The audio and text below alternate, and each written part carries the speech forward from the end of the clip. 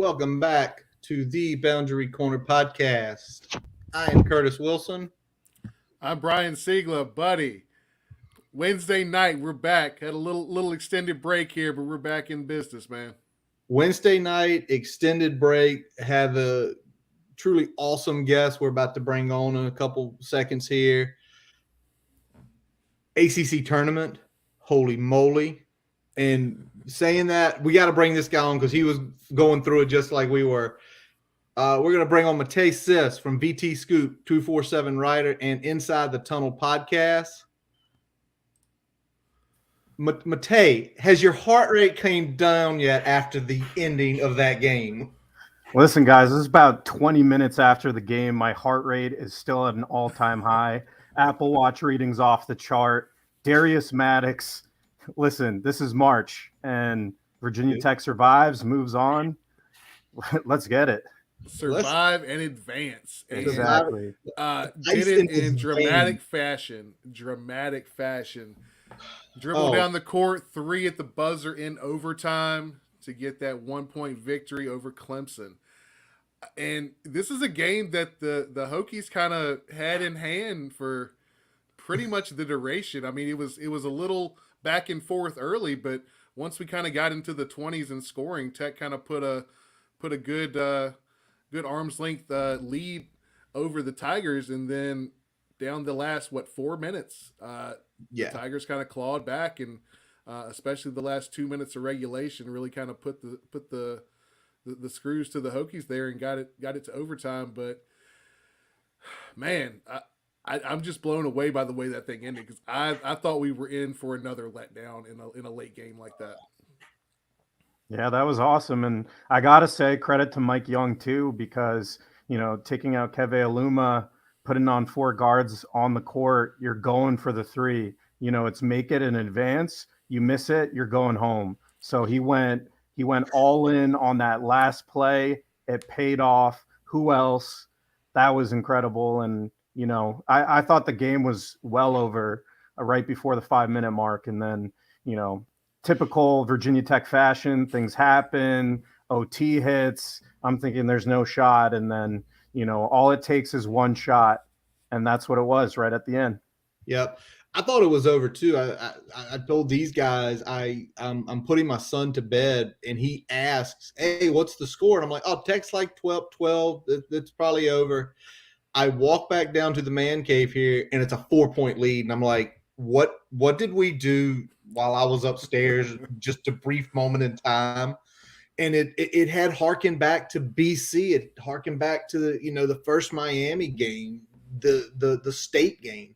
These games where, as we were talking, Matej, just a few minutes ago, if we have these games already won, we're in the tournament comfortably. We're probably going to be somewhere between a 6 and a 9 seed.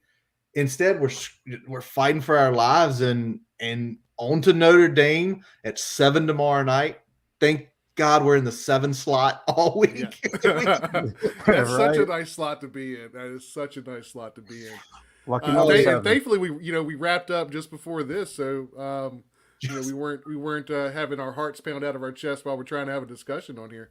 Or staying up for another overtime or something, Yeah, exactly. Well, what we were going to do, Matej, we were going to tell you if they went to another overtime, we were just going to be like, hop on. We're just going to just live watch it together to the game before we start the interview tonight. That wouldn't be the first time we've done some shit like that. For real. Yeah, a little watch party.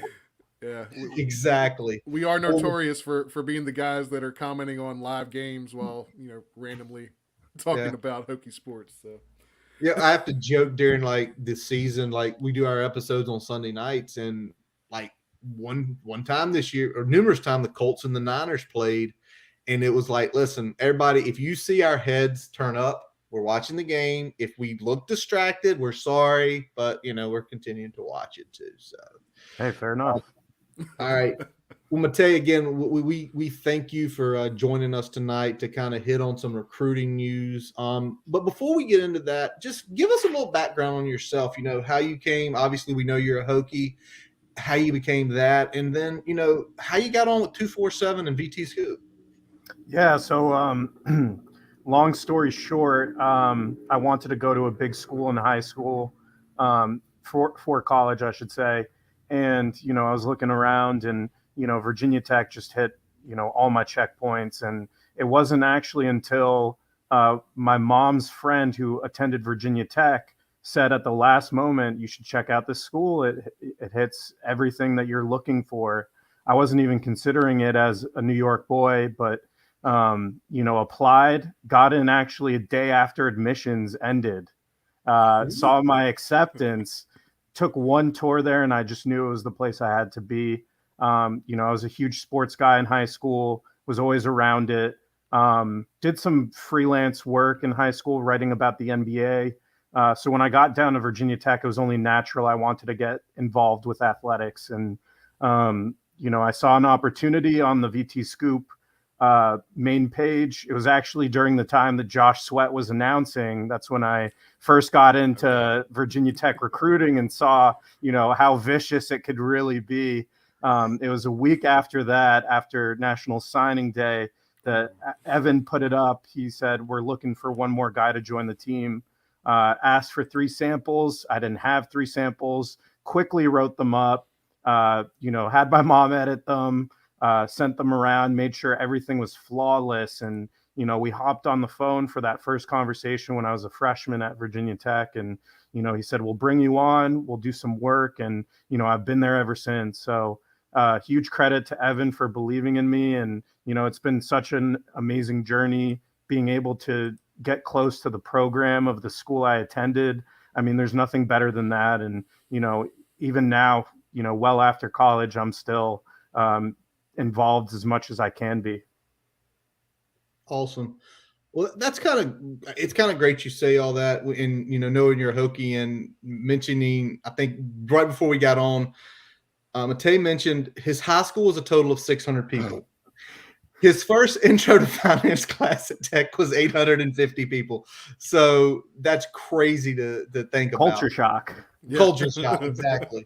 But let me ask this, because being not only obviously an alumni, being a huge sports fan, when Whit decided, and being a writer for VTScoop, when Whit decided to go in a new direction in November, when Justin Fuente was fired, how did this impact you, not only at VTScoop, but obviously being an alumni and being a fan of the program? Yeah, I mean, it was definitely bittersweet. And I know that rightfully so, there's a lot of fans that wanted change. And, from my perspective, it was always my role to kind of keep an unbiased take and kind of see it for what it is. But, there were deep relationships built with the last staff. But I got to say, everything that has transpired since then, the transition has been seamless. And, it's refreshing to have this change and to have people that are so passionate about what they do, new connections formed. It's obviously been great for VTScoop, not only anytime there's a coaching change, but just the access that we have into the program was something that was missing for a very long time. And it's really, really refreshing. I mean, that's the key word there, because, we're able to see so much more as, the common fan, but also in recruiting, we're able to see, a lot more of, what the prospects are telling us and those types of things. So it's been really good, and I have no complaints so far in the first few months. That's awesome to hear. Sounds like a little bit of the curtain's been pulled back on the program. Absolutely. From in a lot of areas, not just on the recruiting side, but it's good to hear that some of those things are opening up as well. And I think the candidness that Coach Pry kind of talks about things at pressers and other interviews that he's done is big. And one of the big things he's talked about is kind of just how far behind they were with relationship building, with the transition and some of the other things for the 23 class.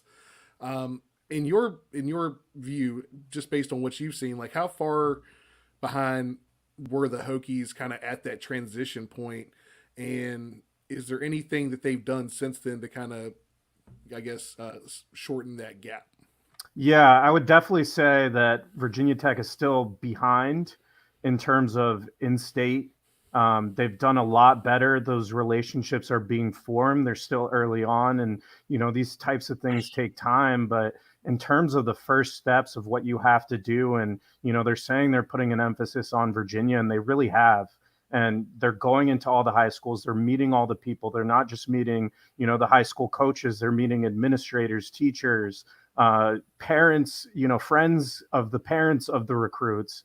They're making sure that they're meeting all the people of the area and really getting Virginia Tech's name in the door. And I think, the last staff, while they had a wider net to cast, sometimes you have to build the program from the state that you're born in. And I think Virginia Tech has gone back to its roots.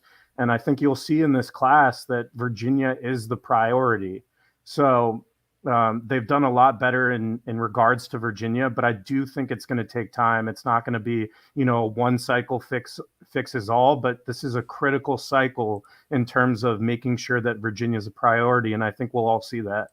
Yeah. Speaking of that Virginia blitz that they did when they first got here, hitting 70 plus schools. And obviously we saw the big name schools, right? We saw the Phoebuses, we saw Highland Springs, we saw some of the big schools in Northern Virginia, but then we saw the smaller schools. They hit like an EC Glass in Lynchburg. They hit some of the, smaller West End schools where I live, which, produced about every 10 years, one football player. How much did that help get on track? What you just mentioned. Yeah, I mean, a lot of it. That was the critical period of, we just got to Blacksburg. What's our first plan of attack? And they said, we have to go throughout Virginia. I don't care if we have 3 hours of sleep every night. We're going and we're shaking the hands of every single high school coach that we can, that we can within this state. And, these are some areas that the coaches have never been to, besides for maybe a quick conversation. They haven't, had prolonged conversation, but they went in there, they showed them who they were, what they're about. And I think a lot of the high school coaches have respected that. And, that's opening the doors again. Like, opening the doors is so huge because there are some guys that are sitting there with, really notable talent. And they're like, I'm a Virginia Tech fan, but a Virginia Tech coach has never shook my hand. Like, they don't know about us. They don't know about the prospects that we have. They haven't checked in once. And it's not just about going there, shaking the hand, establishing the connection, but, since then, keeping the connections as well, checking in, making sure, the prospects, the coaches, the parents, all of them, they're doing a very good job in upkeep. And I think, it's a continuous cycle. It's very arduous, but they're doing a great job of just making sure that Virginia Tech is always at the top of everyone's minds. Yeah, it seemed like they did a good job kind of planting those seeds, but now we're seeing a little bit of the watering process, right? You see them following up. You see some of the visits that we have coming up, especially with this open practice coming up next weekend. A few big names coming in for that. Let's pivot to this a little bit. So we talked about how there was a gap. Did some of the continuity on the recruiting staff help with some of that, with Lino and Gouveia Winslow, and then also on the coaching staff with Pearson, and then with JC staying on? Did that help with some of that transition for the 23 class? I know they weren't necessarily full bore in that, and it was more of a kind of maintain the 22, but did some of those relationships kind of carry over into this class as well? I think so. I definitely think the focus was on the 22 class, and that's how most of it kept together. You look at Benji Gosnell from the 22 class, and that was a big part of JC Price, just staying on him, staying, relentless in his recruitment and helping bridge the gap. So a lot of those guys were crucial in terms of the 22 class, but for 23, it's about, showing some of the guys what you already know. And I think they've done a good job of that, kind of bridging the gaps, like I mentioned before. But yeah, those guys were crucial, and they are still crucial to the 23 class. All right. Well, speaking of the 23 class, let's talk about the current top 10 in Virginia, because we've got, I'm counting, this is 247 rankings. There are currently three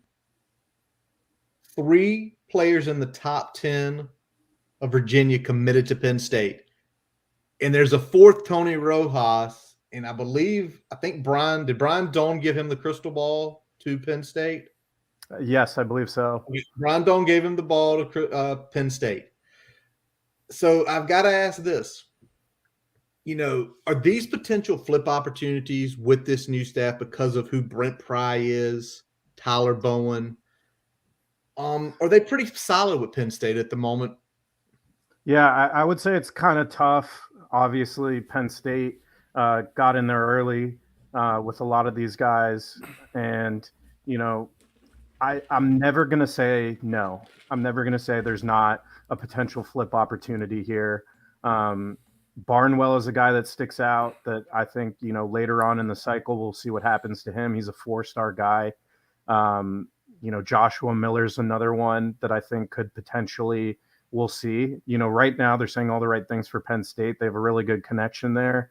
And, there's a lot of allure for Penn State, but, it's not to say that Brent Pry won't be trying. But at the present moment, I would say most of them are pretty locked in. And I'll also say this, that you look at the Virginia top 10 right now on 24/7 Sports, and you see a lot of guys for Penn State, but I promise you by the end of the cycle, it's going to be funny if you come back and watch this right now to see the names now versus what the names are going to be in the top 10 by the end of the cycle. We're always constantly evaluating, and I think there's going to be a lot of changes within that top 10. I wouldn't expect Penn State to lock up, over half of the top 10. I think Virginia Tech is definitely going to get some guys in the top 10 when it's all said and done. And that's why you guys are the best site. You guys continuously monitor these kids at your camps. You're weighing them. You're seeing how they do in drills. You're seeing like their 40s plus, continuously watching their high school tape. And I love that. That's why we always say when we're here, it's like, what's 247 say? He's a 3-star per 247. He's a 4-star per 247. You guys are the best on that. Appreciate that. Yeah, and you guys just had a pretty decent shuffle with the top 10 not too long ago, if I'm not mistaken, for Virginia. Yeah, with some of the updated rankings. So there was a little bit of movement there, if I recall correctly. So let's talk about this a little bit. I know you said that the top 10 is kind of fluid. Based on where the rankings are right now, are there any guys in that Virginia top 10 that VT is sitting pretty good with at the moment? Yeah, I mean, I can just give me 1 second to pull it up. I'm not on the state rankings right now, but yeah, just overall, I think that Virginia Tech is doing a good job. Maybe not inside the top 10 at the moment. Okay. I think, there will be guys that eventually come up there. I think, I'm not sure where he's situated right now, but a guy like Ike Daniels, running back, Virginia Tech's in his top 4. I think that's going to be a tough one. Obviously, anytime you're battling for a 4-star guy. And although, technically they landed, Brody Meadows, Benji Gosnell, we haven't seen Brent Pry really yet in a heated battle with big schools trying to get the top guys. And I think Ike Daniels is a perfect example of someone that's definitely attainable for Virginia Tech. And, I'm curious to see how that one shakes out. I think there's going to be other guys that, eventually end up in the top 10. But yeah, we'll see. What about Antonio Cotman? He was a guy that has been visiting. He's from here in the RVA down at Life Christian Academy. What's he look like? Because looks like you guys did slide him down a little bit. But obviously, like you said, you guys are fluid. Where do they sit with him right now? Yeah, they're sitting very high with him. He obviously got a ton of interest. Started camping, had one bad camp, which kind of cooled off some programs. But overall, a guy that, again, really likes Virginia Tech. I think another guy that you kind of want to get into the program and show that Virginia is a priority.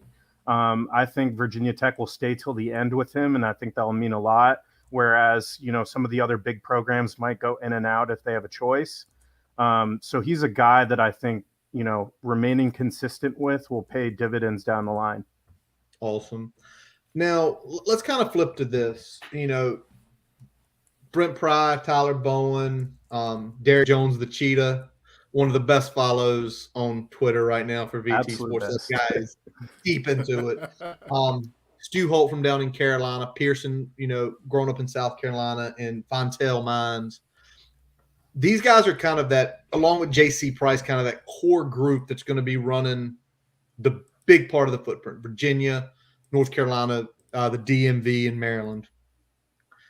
Are you familiar with these guys' styles, how they build relationships? Just give us some insight on, if you have something on all of them, great. If you have some on a couple, awesome. Yeah, I definitely have some stuff on a couple. I'm, personally still getting to know some of them, but yeah, I would say that without a doubt, like with this staff, I'll just speak generally here, but Okay. from what I know, this staff, just in terms of like being available and checking in with people, they're so almost relentless in that they're constantly able to ask how your day is and see how you are. Like relationships are key to them, and it's not always about football. It's not always about what are your grades, what who are you hearing from, should I be scared that another school is coming into the mix. It's kind of like keeping it real with everyone because they know what they have to offer, their experience. They trust that in the end, if they build that relationship, that's going to be the reason that that recruit wants to come to Virginia Tech. And I think that's so critical that they're confident in who they are. They know who they are. They know the proven strategies, and they've been really good so far. So just in general, I think another thing too is just it's not taking guys and putting them in too many new situations. It's kind of taking guys and doing things that they're familiar with in places that they're familiar with. So, the recruiting landscape is not really that foreign to anyone. And I think that's a huge thing as well. Yeah, it looks like probably what Sean Quinn is probably the biggest one that's probably working Yeah. outside of his normal recruiting area with working up in Northern Virginia versus what Tennessee and So you got to Georgia remember and a couple. Rudolph. Georgia. Yeah. Yeah, Rudolph Rudolph as too. well. Rudolph, Yeah, but Rudolph as they're well. getting. I love the way like we hadn't touched Ohio in years. In what, like about a month ago, like all these Ohio kids are tweeting like Joe Rudolph drove through West Virginia and is getting up into Ohio, and it's awesome to Yeah. see. Yeah, I love it. And I think, specifically with guys like Joe Rudolph, you like I feel like you have so many people that are in Virginia and taking care of Virginia, taking care of North Carolina, Pennsylvania, like Maryland. You have so many connections there, and I think sometimes what staffs try to do is they want to hit their regional footprint, and they'll pull guys that aren't familiar with it and put them in areas where they know nothing. And I think in the case of Joe Rudolph, it's saying you're a proven guy, you know what you're doing, you've built these relationships. Instead of taking you out of Ohio, why not keep you there? It's tried, it's true, it's tested. And I think, he's a guy, Cheetah's another guy that I think, over time, like for now, they're trying to keep everyone in these regional brackets. But I think over time, they'll kind of have, free reign of where they want to go and who they want to recruit because, they've done it for so long. They built so many relationships in so many places that it would be a shame not to use them.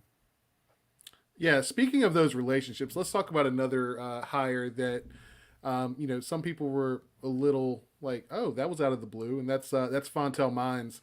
Kind of an interesting hire, being a UVA alum and not having a ton of Power Five experience. But what do you think that this hire and kind of what he brings to the recruiting front for the Hokies? Yeah, I mean, it definitely was an interesting hire. I think it's fair to say that, and I don't think I'm giving away too much in saying that there was a lot of candidates considered for the position, and I think there's a reason that it was the last hire.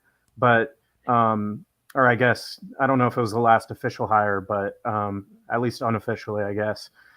But in terms of his experience not being in the Power Five, I think what you have already on staff is so much proven Power Five experience that bringing in a guy to mold, have a guy, that's so familiar with Virginia, just the entire landscape of Virginia, a guy that is electrifying in conversation, a guy that's going to be, again, relentless in building relationships. Like, that's what you want. And I think there's so many guys, especially on the offensive side, that are like proven offensive minds, that they're going to make the product work no matter what.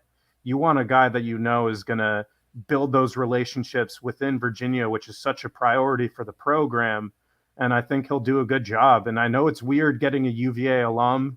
I know that's a weird thing. I know he's talked about it and, talking about already late November next year, how weird that's going to be. But I think he's a guy that's fully bought in, has all the values they were looking for, and kind of checked a lot of the boxes. And I think when you look at him, it's mostly going to be about recruiting with him. And I think he definitely checks all those boxes. I'm curious to see, how are the wide receivers going to develop? Is that going to be a thing where multiple coaches are kind of pulling in information for not only recruiting, but development and who's going to be in? But in terms of recruiting, I have no doubts with him. So it sounds like have you had a chance to speak with Fontel? I haven't personally. I know, there's other guys on our team with really good relationship with him, but he's absolutely great from everything that I've heard. It sounded like from your comments there that that's why I asked, did you speak with him, or someone had told you, like, we spoke with him, holy moly, he used the word electrified. I'll just say, I've heard really good things about him. So I'm excited to get the chance to, shake his hand one day. Awesome. One day soon, I should say. Probably very soon, knowing this coaching staff. And as much as they're opening it up again, we already talked about the open scrimmage. We won't be there, unfortunately, or I won't be there. Brian, are you going to try? I unfortunately can't make it because, as you see behind me, I'm in the midst of packing up my house to move. That's a week before moving for Brian, so he won't be. Oh, wow. Yeah. Fingers crossed, man. Fingers crossed. All right, let me ask this. We look at Brent Pry, we look at Tyler Bowen, and a few other guys on this staff, and they have a real experience up in the DMV area. I mean, I'm sitting here looking. Brent Pry recruited guys, like Curtis Jacobs, Devin Ford, and Tyler Bowen, Landon Tingwall, Rasheed Walker. That's that area. How big a boost do you think the Hokies are going to see from the DMV? Somewhere that's been good to the Hokies. If you're a Hokie fan as old as we are, it was a certain running backs coach back in the 80s, 90s, and 2000 that basically made a pipeline from DeMatha to Blacksburg. Could we see that form again from that area with these guys? I think absolutely. I think when you look at, and it's funny too, when you look specifically at some of the Maryland powerhouses, like how many guys will be rated 4 stars, how many guys have ended up going to Alabama, Michigan, Penn State, even, Maryland has gotten a few, and, they've done a good job with those 4 stars. But yeah, I mean, especially Bowen, Pry, even JC, I mean, they're really going to make that a destination for Virginia Tech. And I think it's crucial that it's them, because so many, I feel, will go to Penn State, and it's been tough to win any of those battles. It's almost like as soon as Penn State steps on campus, it's their battle to win. And Virginia Tech really never had a chance, at least, under the last regime and a bit before. But now I feel like there's a fair chance. I feel like it's still going to be an uphill battle, but when you're looking at the top end talent year in and year out, I think a lot of them are going to come from that area. And I think it's crucial that you have guys that are so proven and have really, really great relationships with a lot of the coaches there, like really, really established relationships. I think it's going to go a long way. And I think, just what I said, like, the star power of the classes will come from that area.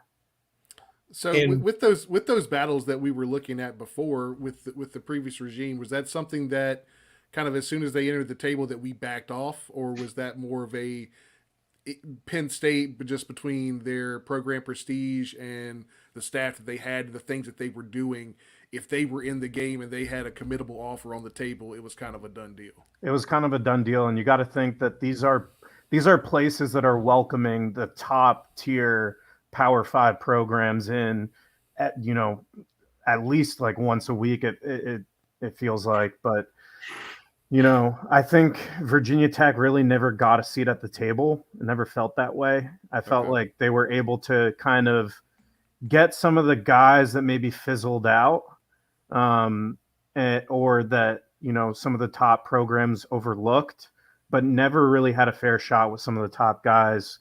And I feel like the relationships, especially of Tyler Bowen, like there's going to be some dividends in the future. I don't know specifically for the 23 class, but I know down the line there's going to be they're going to be in the conversation with a lot of these guys. Okay, that's good. So let's pivot a little bit. So we've talked about kind of the more immediate footprint. Let's talk about some of the larger footprint guys and some of the coaches on staff that have some experience there, like Cheetah, Holt, Glenn, Bowen, Rudolph, and Quinn. I know you talked about Rudolph a little bit already with Ohio and some of the relationships he has there, but how can those kind of larger footprint guys, be a benefit on the recruiting trail for us? Yeah, I think they'll be good. I think especially when you look at like a state like Georgia, I think there's a lot of ties there now. Um, Holt, North Carolina, Cheetah also in North Carolina, and a lot of Virginia as well. I think the 6 hour radius is a big thing for this class, getting guys that are close. And like I mentioned before, that a lot of these coaches have experience in the area, outside of the area, and kind of what has become the regional footprint for Virginia Tech. So I think a lot of these guys with their experience have, will fit in nicely and seamlessly, identifying the guys that they want to bring into the class. Let me ask this. When the initial press conference with Brent Pry and the big hammer home of we're going to recruit Virginia, we all heard that. But when he said like that 6 hour radius, and he really, it was like an inflection point there. Like, if you can drive to get here, we're coming after you. When you hear that, and then kind of knowing the previous regime, and they did go out of some of our normal boundaries, what did that make you think? Do you think that coaches in that 6 hour radius who maybe had forgotten about Virginia Tech, did you think that made their ears perk a little bit? Yeah, absolutely. And I think that when your footprint is too wide, when you're casting your net too wide, and there was never a consolidated effort, I felt like, in the past 6 years where, whether it was North Carolina to VT, Texas to VT, there was never like a concerted effort to make something permanent for Virginia Tech. It was like, this class has good people from Texas. We know these people. We're going to try to get them. And then, that ultimately didn't work out. The 1 year with Trey Turner and Dax Hollyfield, like, that was great. But then, dividends in future years didn't really come out of North Carolina. So I think it's important to not only state that Virginia is the priority and the 6 hour radius, which is very real, by the way, but also to make it your mission, not only for this class, but for future classes as well. Like, it's not just to build the pipeline for Virginia to get a couple guys to come in and sign for 23. This is about shoring up the program, not just for this recruiting cycle coming up, but that in 5-6 years, you're getting all the top guys from Virginia, that's the first choice on the minds of these guys, not Florida State, not Penn State, not Michigan. They want it to be Virginia Tech. And I think they truly believe that, and sharing that direction, as far as I know, everything that they're doing right now is backing that up. So they really believe in that, and they want that to be the mission. Yeah. It's like almost having a marketing strategy and occasionally just getting off kilter of who your best clients are. Like, oh, they're our best clients. We can just go to them whenever we need them and we'll get what we need. But we're going to try to go over here and over here and over here. And eventually people, they remember. Like, we had a couple kids that could have came to you guys that could have been contributors, but because they weren't the most known kids or had the best tape, you chose to try to chase other folks. So it's interesting to see that it seems Brent Pry and his staff have a true recruiting strategy, and it's not just going to be off whim. And what are you about to say, Brian? I was gonna say it doesn't seem as scattershot. It seems like there is a focus, and they're like, here's our primary focus, here's our secondary focus, and they're building out from that. And it's shown how they blitz Virginia out the gate, and then they've kind of spread the net a little bit wider as things have opened up further into the recruiting cycle for 23. And it didn't seem like that previously. It definitely seemed like it was kind of flavor of the month. Whatever they thought might work this cycle was kind of the plan, instead of having a master plan that they can apply across multiple cycles that builds those relationships to kind of build that foundation for that long-term success on the recruiting trail. 100%. And just to clarify one thing, like the 6-hour radius is very real. But like, if someone comes at me in a few weeks and they say, "Oh, they just offered this guy," like I know there's someone out of Alabama, TJ Metcalf, that's like 6 hours and 25 minutes that they offered. But don't come at me for that. Like, there's exceptions to every rule, right? But like, we're still going to be in Jacksonville. We're still, we're going to Florida. Still Florida. Yes. Those things happen. And of course, if you're in the driver's seat for a guy in Florida that's an unbelievable talent that fits exactly the criteria you're looking for, you bring him in. I think the difference is that's not your primary, hashtag. That's not your primary focus. Obviously, when they come up, when you leverage your relationships that you've established, those are the guys you're going to go after. And sometimes they're going to, be a little further. But if they want to be a Hokie, who's to say no? 1,000%. And it's kind of funny you talk about the Florida thing with, like, you had Devin Alves, the late signing, no one saw coming. And it was one of those, it was a relationship he had with, I believe, Stu Holt, and, down at Melbourne. And next thing you know, they've got a 6'2", 185-pound defensive back that, like most people sit and think it's like, oh, he's from Florida and he's that size and his tape looks good. Okay, come on down. Speaking of Florida, let's turn to this just a little bit away from what we talked about the footprint. Let's talk about the defensive coordinator, Chris Marv. Obviously, star pupil of Brent Pry when when Coach Pry was down at Vanderbilt. An all SEC guy. He has got his foot in the door coaching. He's starting to get accolades and, starting to build the reputation as a great on-field coach. His recruiting record, it does have some okay hits. He got both Orgy kids out of Texas, Alex Orgy's brothers, to come to Vanderbilt, and a couple 3-stars at Mississippi State and Florida State, which, these guys are pretty new. They were class of 19, class of 20, class of 22. But how can he be an asset on the recruiting trail?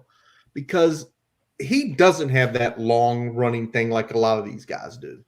Yeah. And I upon his hire, I sought out a lot of advice, information from some of the Florida State guys at 24/7. And I know there's a lot of stories out there about how he's a bad recruiter and, couldn't build relationships. And I think a lot of that is overblown. It's not like this is a guy that won't talk to anyone, that's too shy. But I think in terms of going out and seeking those relationships, I think that's where he struggled at Florida State. And I think, his role at Virginia Tech is a lot different. He's going to be primarily focused on game planning and whatnot. But, the way I would say it is this: you have a bunch of guys on staff that are good at creating relationships. It's their bread and butter.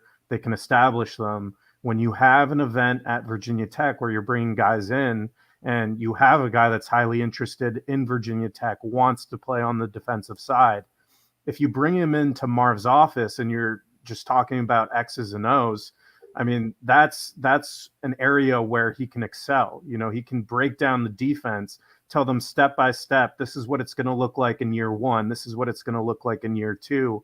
And not only that, but like he once the relationship is established, he's going to be fine. You know, I think again, like a lot of those stories were overblown, and I think he'll be fine on the recruiting trail. I wouldn't expect him to be, you know, an ace by any means, but in terms of getting guys in the boat, I think he'll be absolutely fine. And I think that, you know, his main perk in recruiting will be just kind of detailing the defenses, talking about, you know, his experience, and especially as a young guy that's, you know, as a defensive coordinator, that's going to bring a lot of guys in, I think.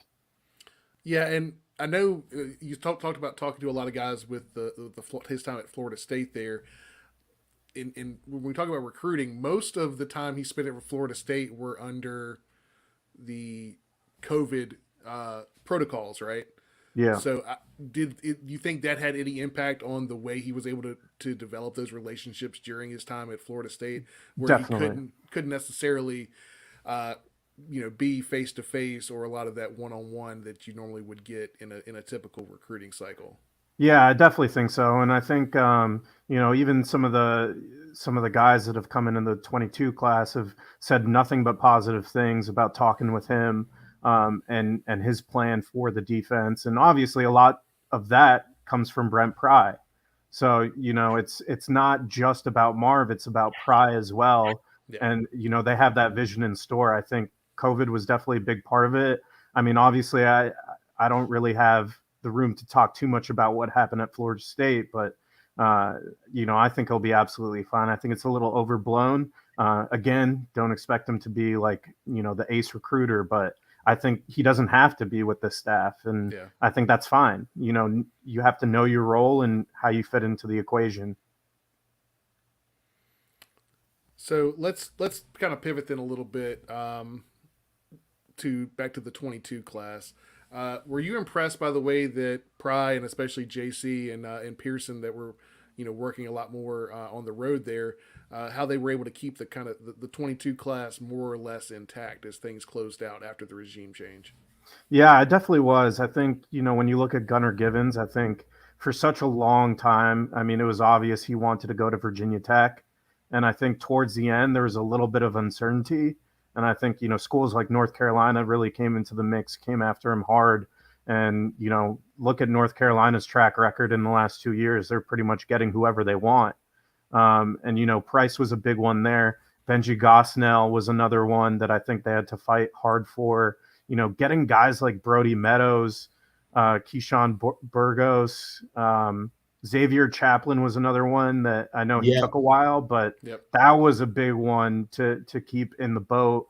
Daquan Wright was another one that took a bit of time, but eventually came to Virginia Tech because he believed in the staff. And then, you know, guys like Xavion Bradshaw, like that was such a huge one for the class. So not only did he keep the class intact, but I felt like he added substantial value to the class as well to really round it out and get them proven guys, you know, that may have been overlooked or didn't fit the criteria of the old regime. He said, you know what, these are good players. We want them in the fold. We'll figure out a home for them. We'll make it work. And to be able to do that with such little time is definitely impressive. Yeah, it's funny you mentioned Xavier Bradshaw because it was really, really storied of how what Louisville and Michigan were pushing hard till the end on him. But you mentioned Daquan Wright. Were there other schools trying to push Daquan Yeah, near the end, yeah. So especially after he kind of rose up the rankings, you know, in the latter months? yeah, so there was a point in time where I really thought that he was going to end up going to Georgia Tech.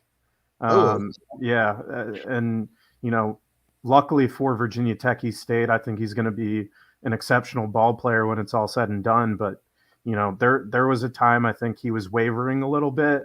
There was a time where, you know, communication kind of shot down, and I think that's when we started to get a little worried. But then, you know, things evened out, and you know, obviously he ended up signing. So Yes, Yeah, he did. that was a big one for us. We've been kind of talking about Daquan Wright on this program for a while. Since the day he committed. Yeah. Since the day he As soon committed. as What a I saw his find. tape, I was like, oh And then okay. Don I was was like, shocked when I watched it. "Oh my gosh." Um, let's ask this, and this is coming from both of us. We've mentioned already Daquan Wright, and we think Rashad Purnell is severely underrated. 247 has him right at a 4-star. Right, he's at an 88. I don't know what. Maybe it was what is he going to be in college, and he never got Tweener. that 4-star. He's the tweener. Yeah. But who else in this 2022 class is kind of flying a little bit under the radar, in your opinion? There's a couple. I would say definitely Xavier Bradshaw. I think he's going to be a stud. He obviously got that at the last minute, a late high ranking. I think he's an 86, if I'm not mistaken, unless they changed it and made him like an 87 or 88. But he's someone that I think can play early. Mansour Delane, he is like a prototypical Big Ten type of like hybrid safety almost. I think he could play corner or safety. He's a hard hitter. He was another one I thought that could have gone to Michigan State, but ended up sticking out with Virginia Tech. Bryce Duke, he's someone that put up video game numbers in high school, and you kind of wonder, okay, will this guy really translate to the college level? Like, we haven't really seen it before, at least at Virginia Tech, with these guys that are, scoring 50 touchdowns in a year. But he's someone that early on is really standing out. I think he could have a role really early on. And then Braylon Moore, I think will be really good for Virginia Tech. Obviously carrying on the legacy. I don't think he's going to stick at defensive line or wherever they're trying to play him. I think Joe Rudolph is going to make one quick phone call, get him on the offensive line. He's going to be a right or left guard, and he's going to make a living there.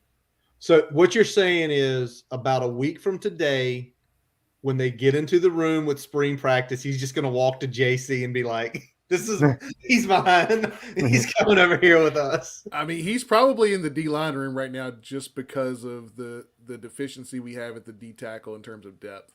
Yeah. By the way, you asked Bradshaw 87. 87. Yeah. So and we discussed just about a month ago after official signing day about Bryce Duke. And I think he is being overlooked in the video game numbers, and it's Northern Virginia. It's not down here. Exactly. Not in the 7-5. But when you look at the division he played in 4A. That's not lightweight division. No, that's not 5 or 6 here in Virginia, but he was playing some solid teams. And and you kind of look, it looks like he's had some success in the Hunger Games, which has been some awesome footage to see. And obviously, essentially crowning guys every week for their performance, which is a great thing in my opinion, because I'm sure those guys get to walk around, like peacocks in the new training center and new performance center when they win that. I don't know if they get anything special, but more on the lane. Was Michigan State making a push late for him? Yes, because he's seen pretty solid all the way through after he committed back in the summer. Yeah, I was talking to some guys at Michigan State, and I think at one point they thought that he was signed, sealed, delivered. So there's a lot of stories that some recruits have where there's turmoil in the program. They don't know what's going on. You start to doubt it, and other schools will seize the opportunity to use that. And he saw things out. He didn't make any rash decisions, and he couldn't be happier to be a Hokie today. But yeah, he was definitely one that whether or not, sometimes there's a recruit where the coach says, look, I know you don't want to go here. I know you're locked in. Just let's take this visit. Let's see what it's about. Maybe it's a good option if things don't pan out at the school you're committed to. And, more times than not, that'll lead to flips. And, he was a case where he said, okay, I'll go. I'll check it out. I'll listen to what they have to offer. But in the end, stayed true to his commitment.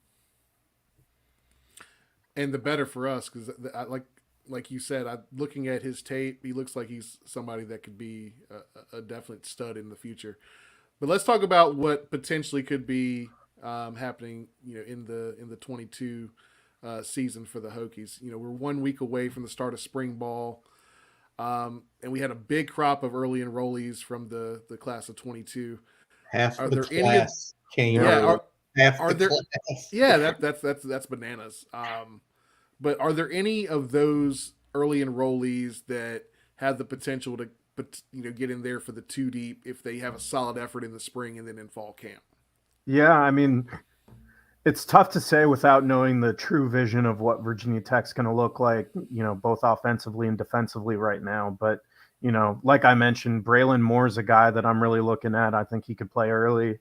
And I know it's tough sometimes on the offensive line, but I think he's going to get in there. And depending on, how solid he is, he could see time in the two deep.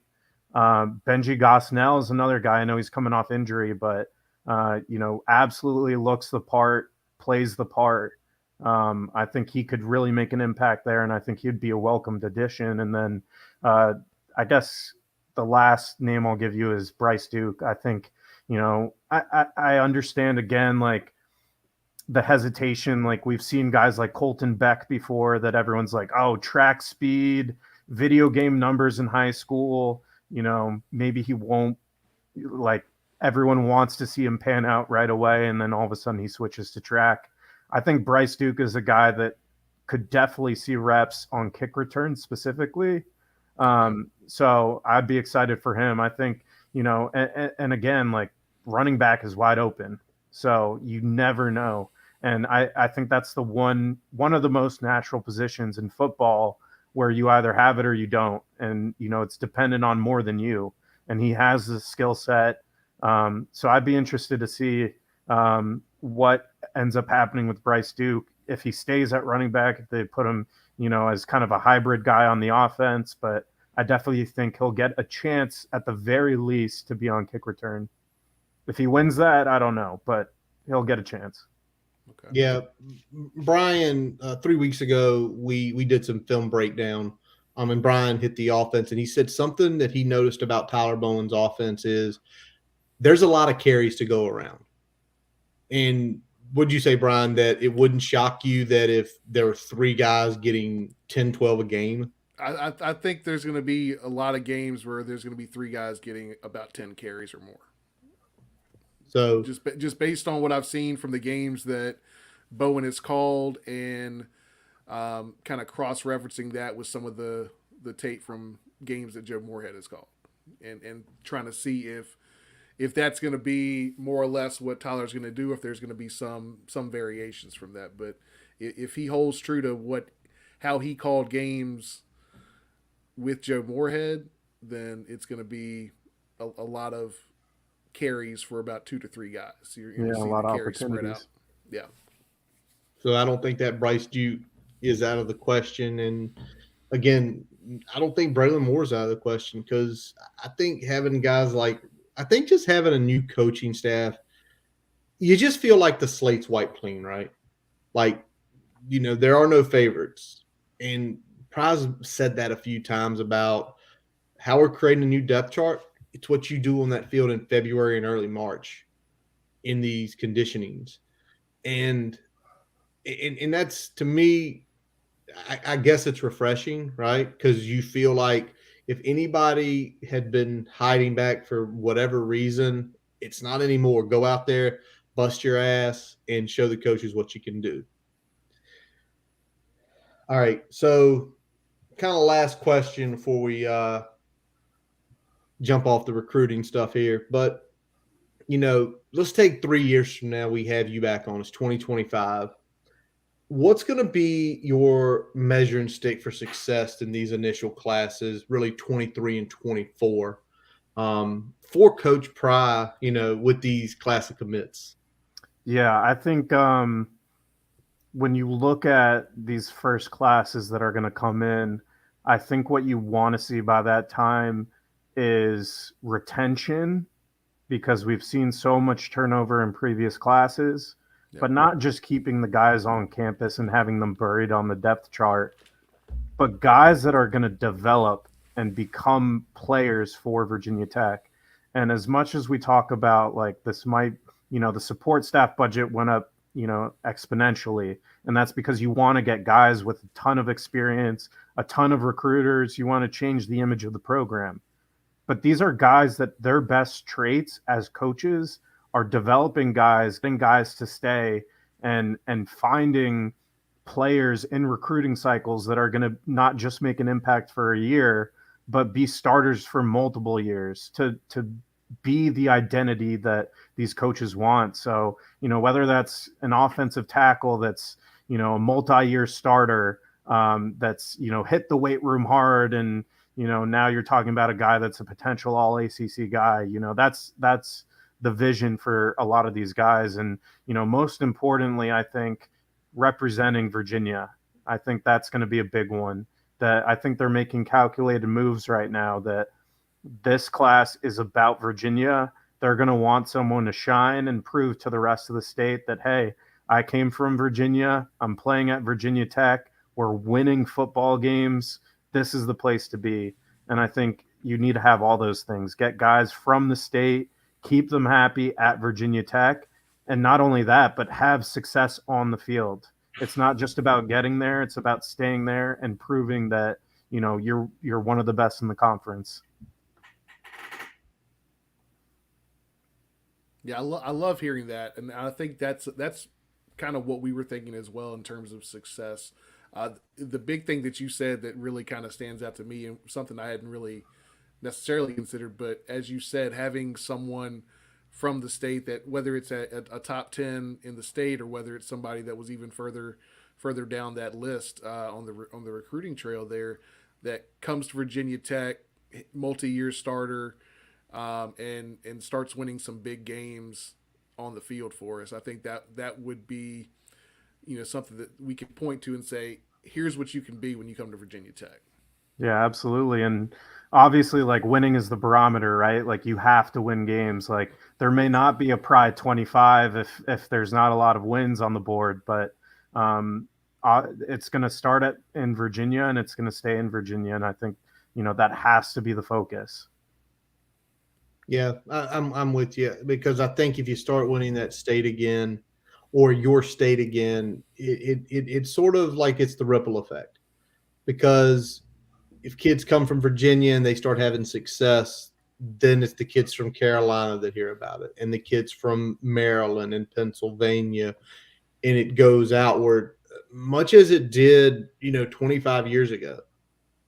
A lot of people will go back and look. That class in 95 that won all those games, you start going through it. You did have a lot of Virginia guys, don't get me wrong, but you had, George Del Rico and JC from Maryland. You had some Florida guys. You had Pearson from South Carolina. Yeah, it wasn't like everyone was from Virginia in 95. No. The things Brent Pryor is discussing is essentially what made this program what it was for close to 20 years. Focus on your state and then let the ripple happen. Because when the ripple happens, you're going to get that Pearson Pradle. You're going to get that Torian Gray. You're going to get that Kevin Jones after a national championship trip. So I think what they have in place is unbelievable. I think, the things that you're hearing. I also, something else I love is hearing you talk about how you feel like you're getting more access. You're hearing more. And I know this is your job, but we know you're a fan too, because you went to the school and you love the school, and we're fans. This is what we want. We want to hear things about what's going on. You don't have to show us everything. You don't. But like what they're doing next weekend is unbelievable. It's the first time we had something like this in at least 6 years. I know. I was going to say, even when we're talking about like the two deep, when we would talk about, okay, what are we getting? How are we evaluating these new guys coming in?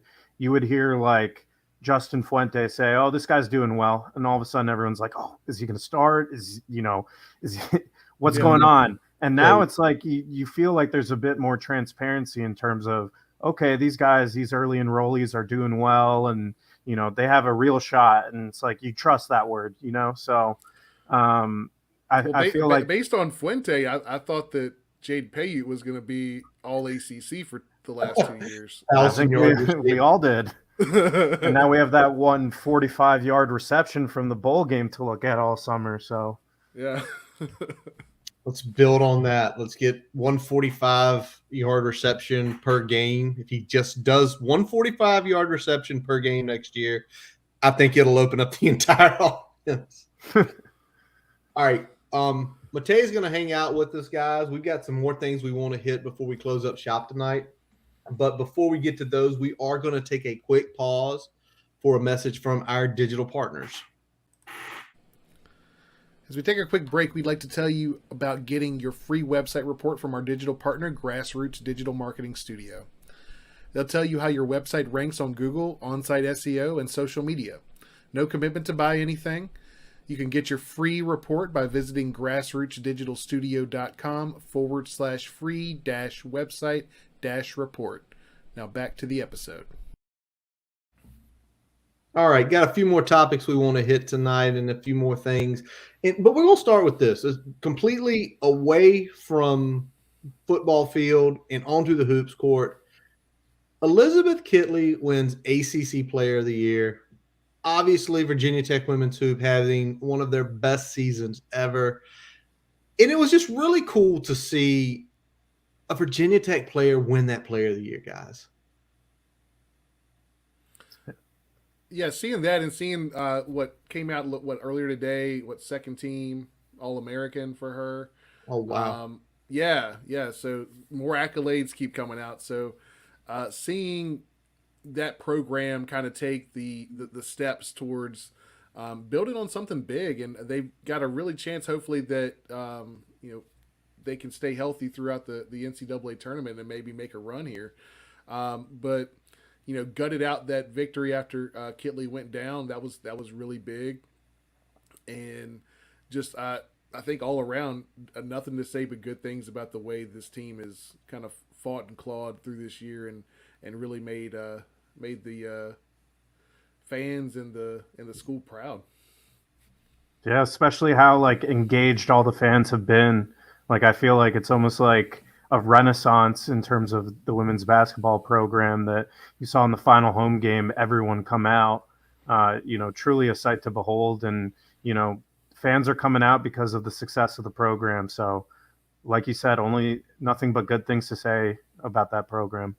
Yeah, and I tell you, I think the Hokies lucked up to that the women's tournament is essentially 2 weeks before the big tournament, with Kitley getting hurt, and I remember the other starter that got hurt, because now essentially what they've got right at 16 days to get healthy, actually more than 16 days to get healthy for the tournament run. We've already seen the team multiple times take NC State, one of the best teams in the country, to the limit, and have some big wins this year. So, I mean, it can happen, but just seeing them have this success clearly helps. And like you said, seeing the support throughout the year for the program is awesome. All right, Brian, one of your favorite events of the year.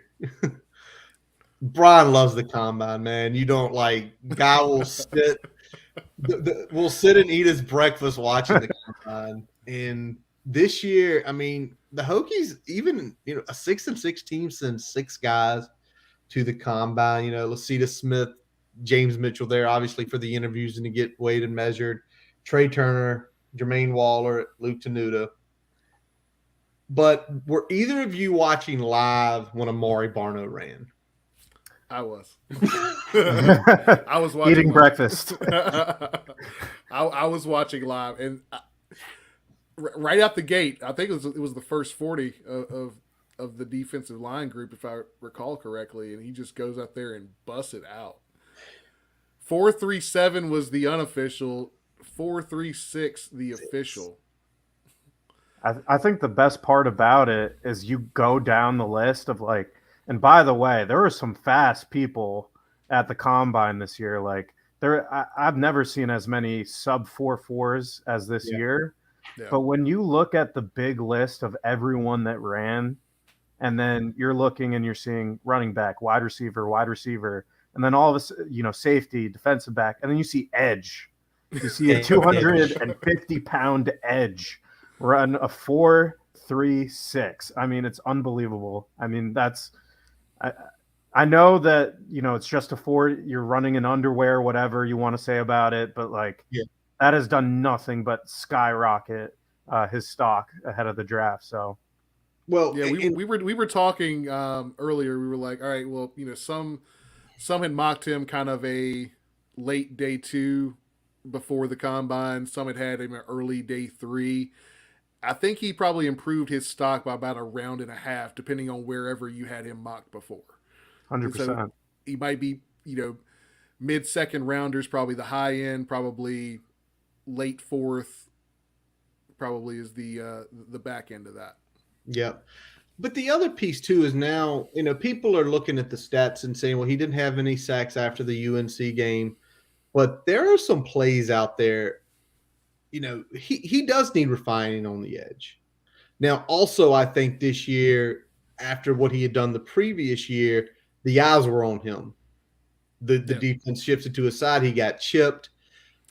They But ran at him more. they did run at him more. But the one thing that's going to flash on tape after seeing that 40, his pursuit, his backside pursuits and downfield pursuits. I know it didn't take long after that 4.36 because I had a buddy. I was out, I think, getting our cul-de-sac, everybody playing, having fun because it was a beautiful weekend here. And my guy texted me, and I'm like, yep, that's what he does. And he found a picture of that UNC game where he went from the 35 to the 40. And I mean, he's getting blocked. He gets off the block, takes off downfield, and makes the tackle. That's motor, that's effort, and that's unbelievable speed from a guy of that size that essentially defensive coordinators who are looking at and probably pushing their scouting department and their GMs to say, hey, listen, yeah, we can work on his edge moves. That's what we're here for. That's what we do every day. We teach these guys. But that effort in getting from here to there to stop a potential touchdown, there's not many guys that can do that. And another thing he does well that doesn't get talked about is that he's a pretty sure tackler. So he may not be the best at the point of contact if he's getting either double teamed or having to shed or having to work a move that's not an edge rush. But when he gets his arms to you, he's going to get you down most times. And you couple that with his pursuit and just overall athleticism.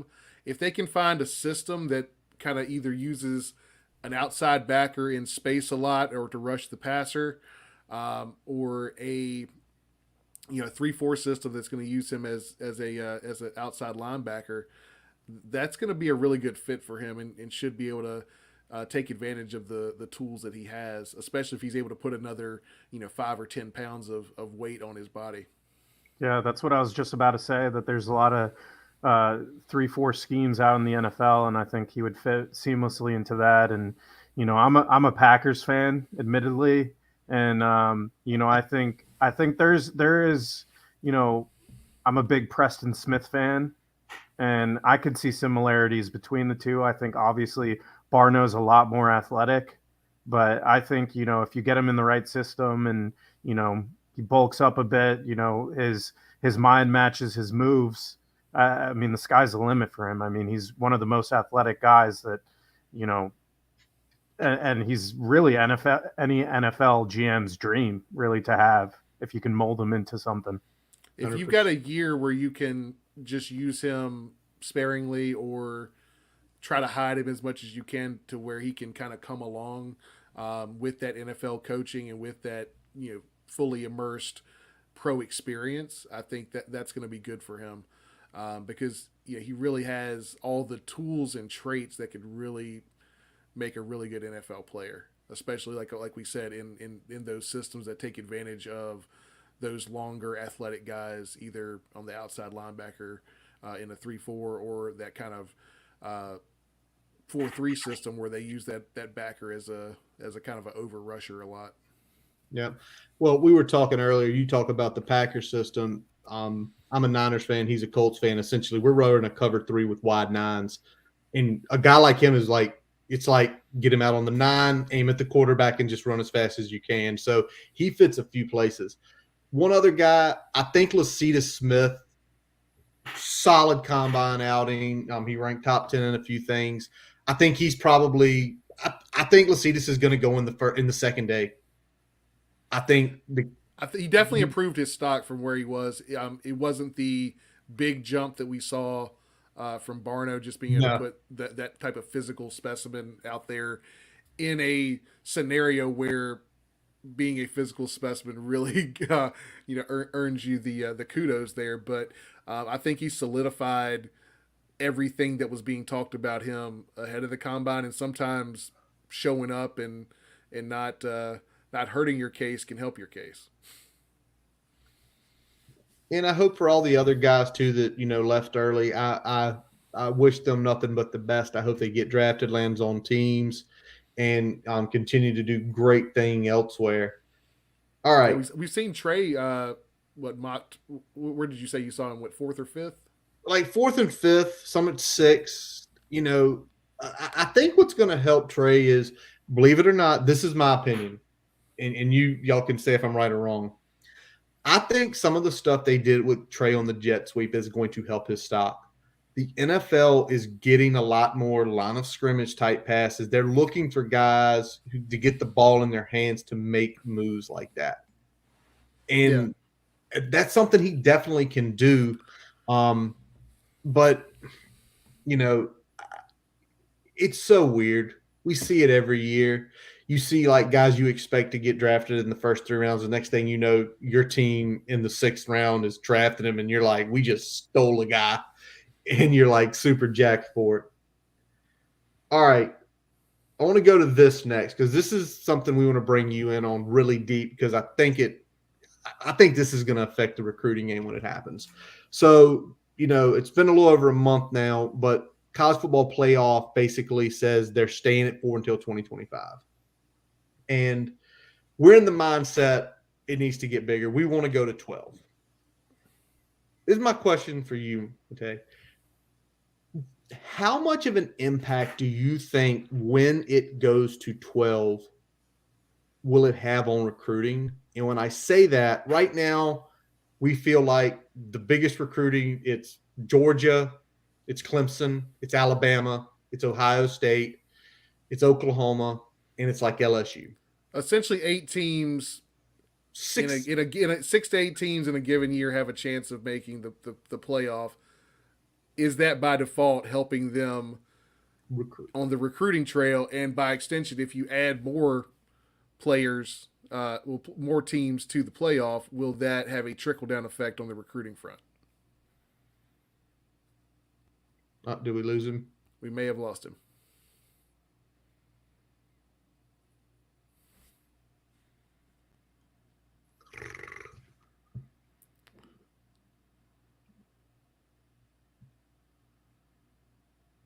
Anyway, I've gotten like 5 texts.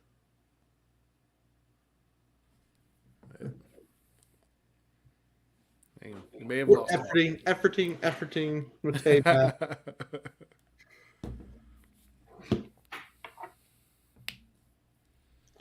In other news, I don't have my TV on tonight, but checking the score here. Louisville up on UVA at the half, 24-20. Which is, I guess, good news. I mean, UVA's not ahead of us on the bubble or anything, but just to beat them is always a nice thing. Yeah, if we don't have to worry about them losing to jump ahead of them, let's just have them lose anyway. Yeah, let's just get them out of the way. Oh, man. Brian's efforting to get Matej back on, guys. Looks like like he dropped off there. We know that can happen from times with us here. Yeah, we're dealing with the internet, guys. So here we go. I think we got him back here. Is he back? Hey! Sorry about that, guys. My laptop just randomly turned off in the middle of that. That It happens. happened. It happens. What did you get any of the question? Would you repeat it one more time? Yeah, Yeah, sure. So the question that I had, and I know Curtis kind of started it. I'll finish it off here. Like our mindset is that college playoff expansion. When we look at the setup now, you've got 4 spots more or less every year. You've got about 8 teams, give or take 1 or 2 there, that have a legitimate shot of making the playoff. because they have the most elite talent. That and at the same time, because there are only those number of teams, does that scenario aid them in recruiting because they do have that built-in chance of making the playoffs, and by extension of that, does expanding the playoffs have some trickle-down effect on recruiting to other potential programs where now you've got 18 to 20 teams competing for 12 spots instead of 6 to 8 competing for 4?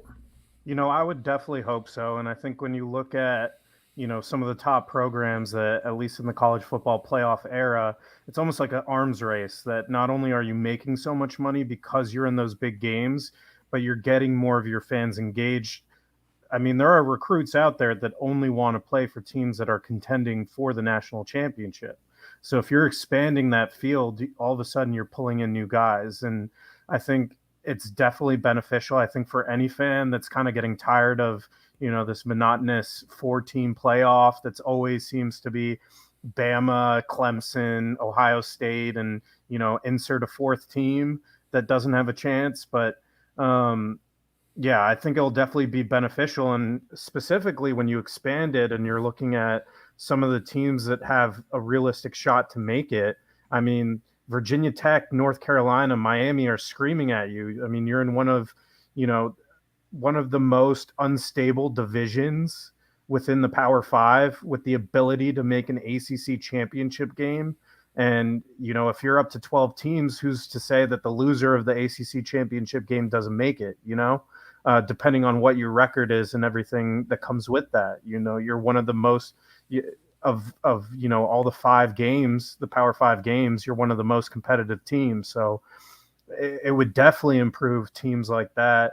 And not only that, but it would bring more fans into it. You're not just tuning out once your team loses 2 games. There's a realistic chance. And I think, that would kind of spread the wealth a little bit. I still think, some of the top teams, I think A&M's another sleeper, that just a giant, Texas as well. But, the blue bloods, the rich schools, they're going to stay rich, but there will be some wealth spreading going on if they expand the playoffs. And I think that's what everyone wants. Even if you're the 12th team and there's no shot at winning the whole thing, but you just made it, I mean, that's already going to improve your stock tremendously. So, I'm very much in favor for that. I don't know what that looks like in terms of the bracket and everything and the buys and whatnot, but I think that would just be so much fun for college football. Yeah, and we've talked about it. We've said, if you're a 12 seed in a 12 team playoff, whatever game you play, your first game is going to be a higher profile game than whatever non-playoff New Year's Six bowl you could be going to right now in the current format.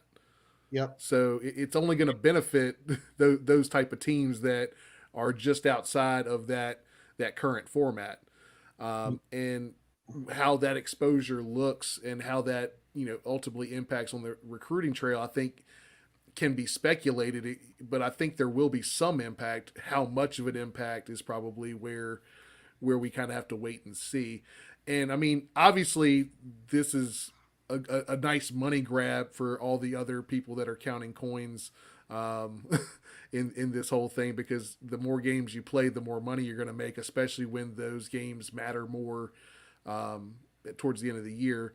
Whereas right now you've only got the 3 big ones, and that's kind of devalued in a lot of ways some of those other New Year's Six bowls that before had a little bit more prestige to them.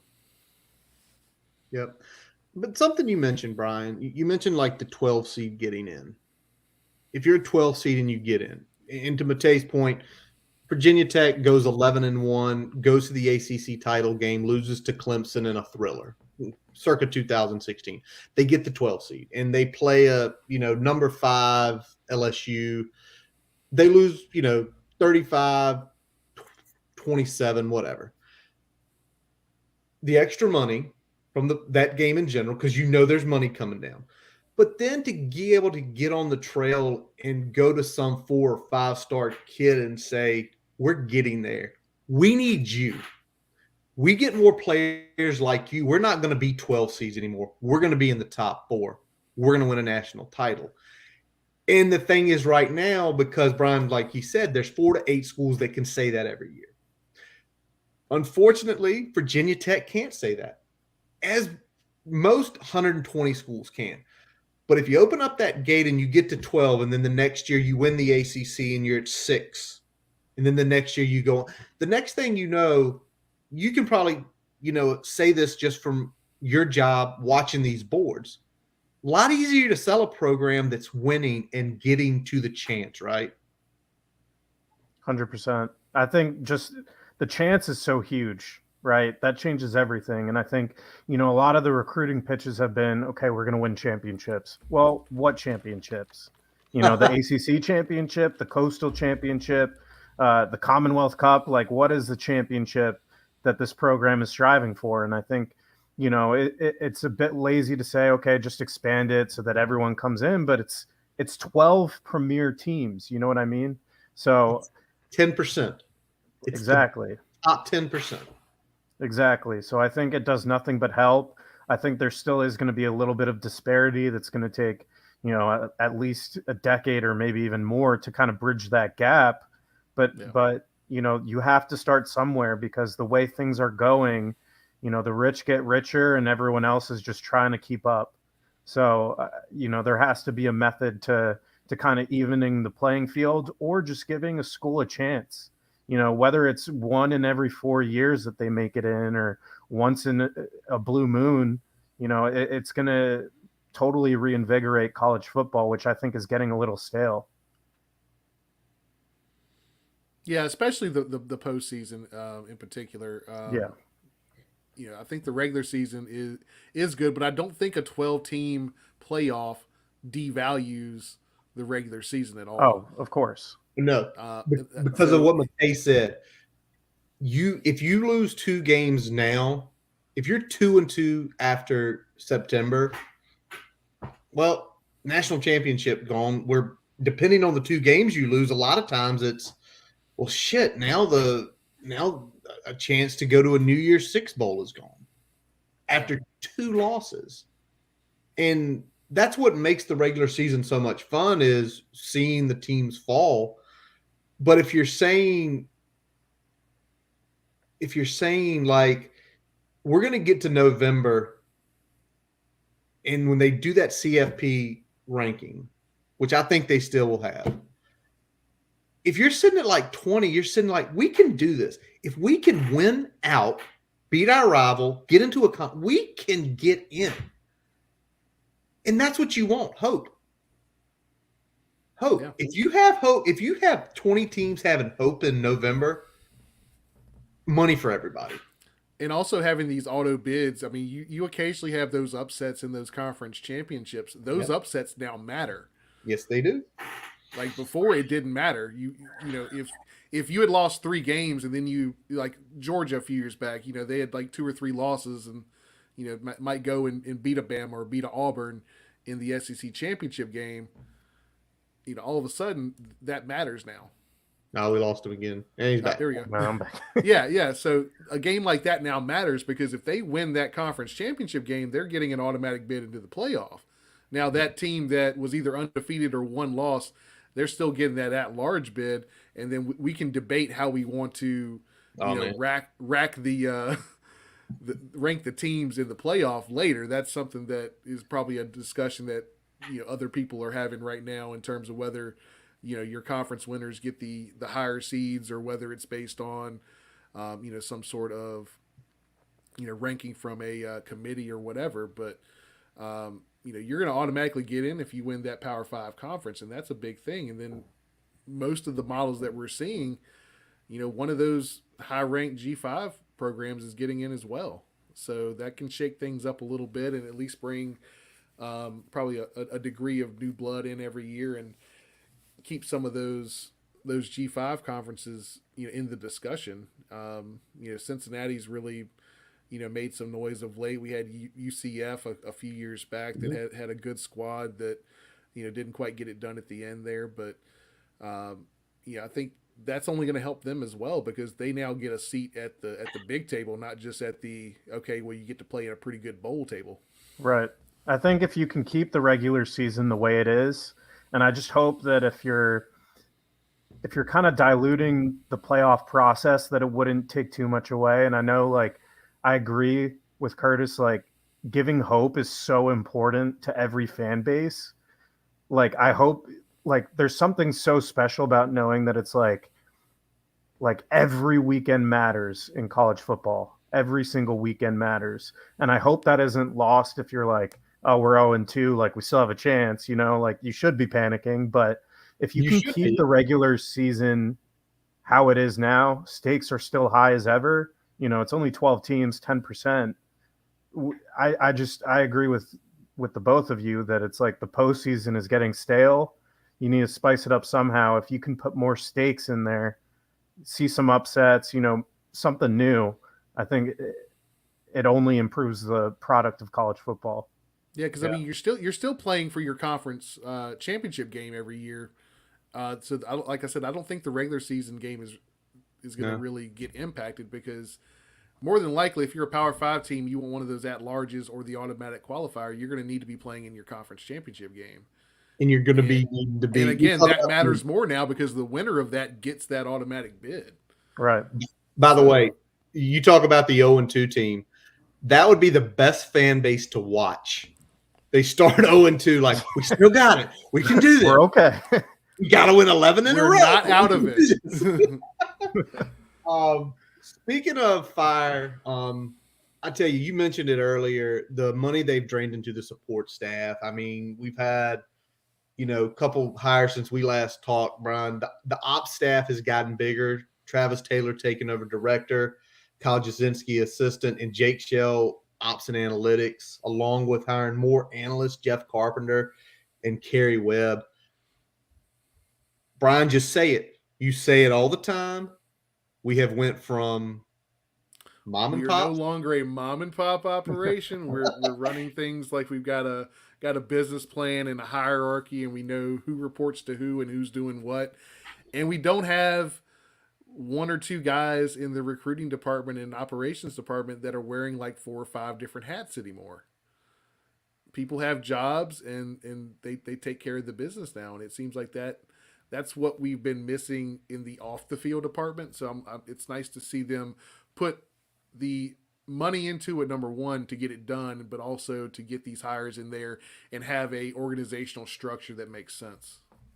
Yeah, absolutely. And I remember, back when I was on campus and going to the press conferences, I would stop by the recruiting department and I would see 4 guys sitting in chairs in this massive room, just doing all the work for the class. And I'm sitting there like, have you guys slept? Like, I see like 4 cups of coffee on everyone's desk and you're wondering how things are getting done. And you not only have that within recruiting, but just ops in general, guys to bounce ideas off of.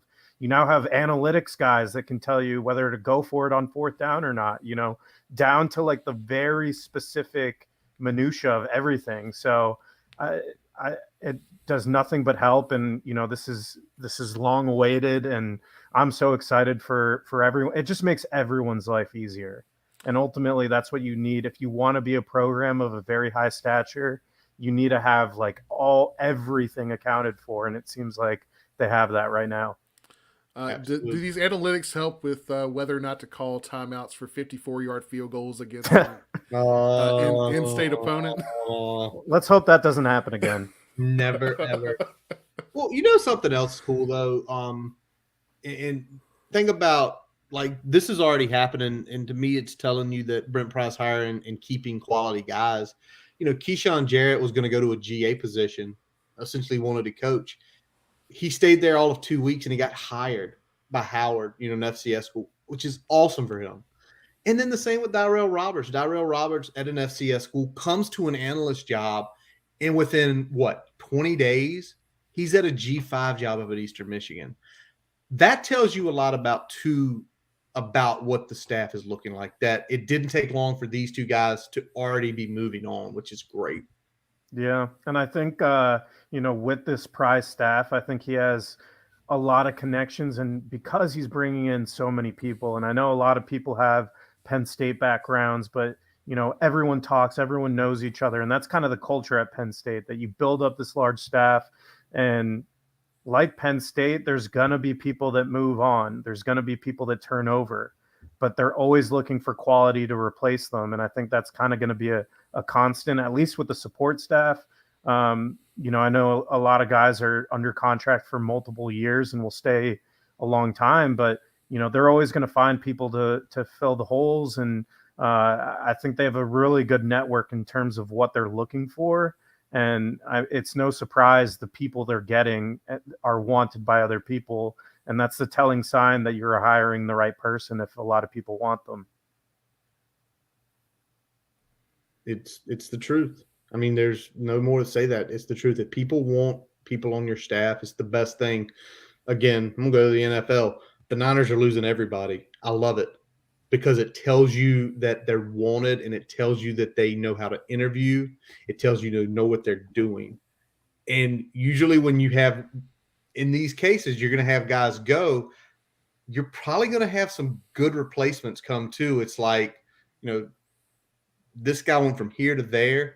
I want to do that. I'm going there because I know he's going to prep me for it. Yep, absolutely. When you present that you create opportunities for other people, that's going to be attractive to other hires that are looking to do that same thing. 1,000%. All right. Matej, again, we really appreciate you joining us tonight. We're going 90 minutes now. It has been awesome. We just feel like we're just talking to a fellow Hokie, which you are, and a friend.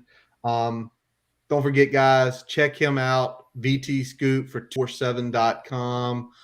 His articles, anything dropping soon? We should have a Blacksburg big board coming out soon, which kind of details, it's for our VIP subscribers, I should mention, but Okay. It will detail exactly what the staff is looking for within this recruiting class. I would just say stay posted to VTScoop because we should have some good news in the next 10 days. So yeah, keep an eye out on that. Ooh, he teased it. Little teaser. All right. Next 10 days, we're going to all mark our calendars for that. And again, Matej, we really appreciate you joining us here on the Boundary Corner podcast. And that's going to wrap it up. I'm Curtis Wilson. I'm Brian Siegler. Visit our website, boundarycornerbt.com, to listen to all of our episodes. While you're there, don't forget to follow us on Facebook, Twitter, Instagram. Subscribe to our YouTube account. Thank you, listeners. Our YouTube with our coach, Robbie Compton, where we had some tape. Over 100 views, our biggest YouTube ever. We got jacked about that. So go check it out if you haven't. Brian and Robbie breaking down tape. And your favorite podcast source, including Spotify, Amazon, Apple Podcast. We always let our buddy Jason Long, he plays us in, he plays us out.